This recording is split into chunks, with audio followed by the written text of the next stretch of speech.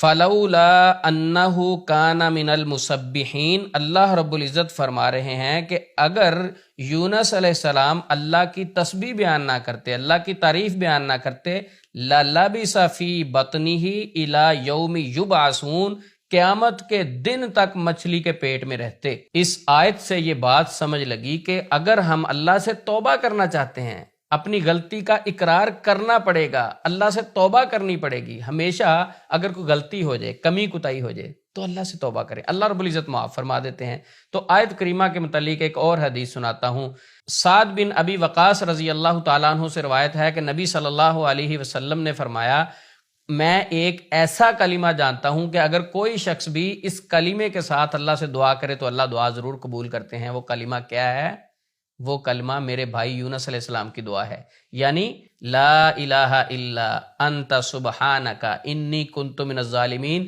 آیت کریمہ کے ترجمے پہ غور کیا کریں کہ اللہ کی تسبیح بیان کرنے کے ساتھ ساتھ اپنی کمی، کوتاہی، غلطی، گناہ کا اظہار کرنا کہ یا اللہ یہ میری غلطیاں ہیں، اب میں دور کروں گا، تو اللہ رب العزت اس پریشانی سے فوری نکال دیتے ہیں۔ اگر دکھ، تکالیف، پریشانیوں سے ہم نکلنا چاہتے ہیں تو ہمیں اپنے گناہوں کی طرف دیکھنا ہوگا، ایکسیپٹ کرنا ہوگا کہ یہ میری غلطیاں ہیں، اور ان غلطیوں سے نکلیں گے تو اللہ انشاءاللہ ساری پریشانیوں سے بھی نکال دیں گے۔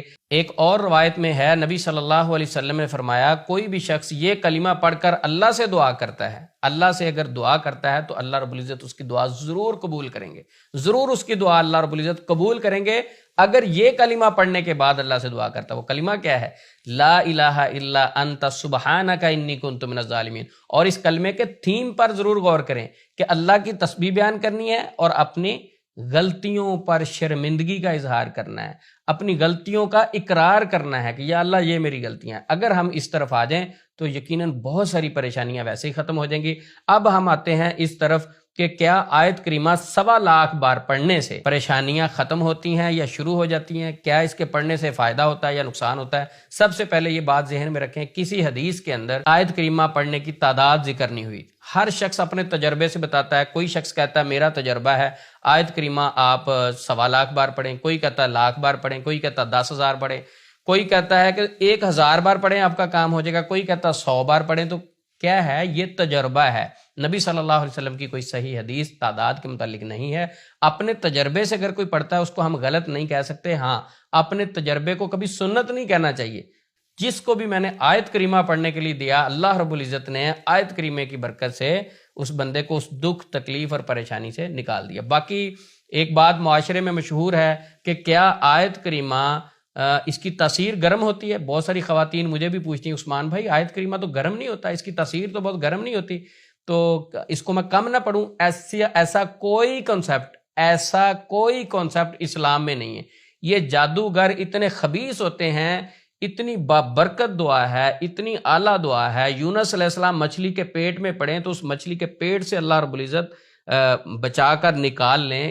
بہت ہی قیمتی دعا، جس کے متعلق نبی صلی اللہ علیہ وسلم خود فرما رہے ہیں کہ یہ دعا آیت کریمہ پڑھ کے اللہ سے کوئی چیز مانگی جائے تو اللہ ضرور عطا کریں گے، ضرور دعا قبول کریں گے۔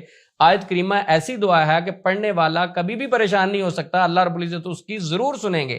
تو جادوگروں نے آیت کریمہ کے متعلق عجیب افواہیں پھیلا دی، یہ گرم ہوتا ہے، اس کی تاثیر گرم ہوتی ہے، اس سے پتہ نہیں کیا ہو جاتا ہے، منہ پہ چھالے نکل آتے ہیں، منہ پہ دانے نکل آتے ہیں، مسائل خراب ہو جاتے ہیں۔ یہ سب جھوٹ ہے، جھوٹ ہے یہ۔ کیوں؟ جادوگر اتنے خبیث ہیں کیونکہ وہ شیطانی کلام کی طرف لوگوں کو لے کے آنا چاہتے ہیں۔ وہ پھر کیا کرتے ہیں؟ اسلامی وظائف، اسلامی دعائیں، قرآنی دعائیں، وہ دعائیں جو اسلام میں موجود ہیں، وہ دعائیں جو قرآن پاک کی آیات میں موجود ہیں، ان سے ڈراتے ہیں، خوفزدہ کرتے ہیں، کیونکہ ان کو پتہ ہے نا کہ اگر اللہ کی کلام پڑھیں گے تو ان کا تو مسئلہ حل ہو جائے گا، ہماری دکان کیسے چلے گی۔ لہٰذا ایسا کوئی کانسیپٹ صحیح نہیں ہے کہ آیت کریمہ گرم ہوتا ہے، یہ ایک جھوٹ، فضول، من گڑت بات ہے۔ آخر پر آیت کریمہ کے متعلق میں اپنا تجربہ آپ کے ساتھ شیئر کرتا ہوں۔ اگر آپ کی کوئی بھی پریشانی ہے، کوئی بھی ایسا مسئلہ جس میں آپ پھنس چکے ہیں، آپ کو پریشانی کا سامنا ہے اور اس سے آپ نکل نہیں رہے، اور آپ کو کوئی ایسا رستہ بھی نظر نہیں آ رہا کہ میں اس سے نکل جاؤں گا، تو آپ فوری ہر نماز کے بعد آیت کریمہ صرف 100 مرتبہ پڑھیں گے۔ یعنی نماز کے بعد بیٹھے اسی جگہ پر 100 مرتبہ آیت کریمہ پڑھیں گے۔ زیادہ کو ٹائم نہیں لگتا اس کو، انشاءاللہ 40 دن یہ آپ نے عمل کرنا ہے۔ ایک ہفتے میں ہی آپ کو پازیٹیو سائن نظر آنا شروع ہو جائیں گے، اس پریشانی سے تیزی سے آپ نکل جائیں گے۔ اللہ کی توفیق کے ساتھ آیت کریمہ پڑھیں، نماز کے بعد 100 دفعہ اپنی جگہ پر بیٹھے اور اس کے بعد اپنی جو بھی پریشانی ہے اس کے متعلق اللہ سے دعا کریں۔ اللہ رب العزت ضرور آپ کو اس پریشانی سے نکالیں گے۔ اللہ رب العزت سے دعا ہے کہ ہمیں اپنے حفظ و امان میں رکھے، پریشانیوں سے دور رکھے، پریشانیوں سے محفوظ رکھے، آزمائشوں سے ہمیں محفوظ رکھے، اور اللہ رب العزت ہمارے یہ چھوٹے چھوٹے جو ہم نیک عمل کرتے ہیں اللہ رب العزت قبول فرمائے۔ السلام علیکم ورحمۃ اللہ وبرکاتہ۔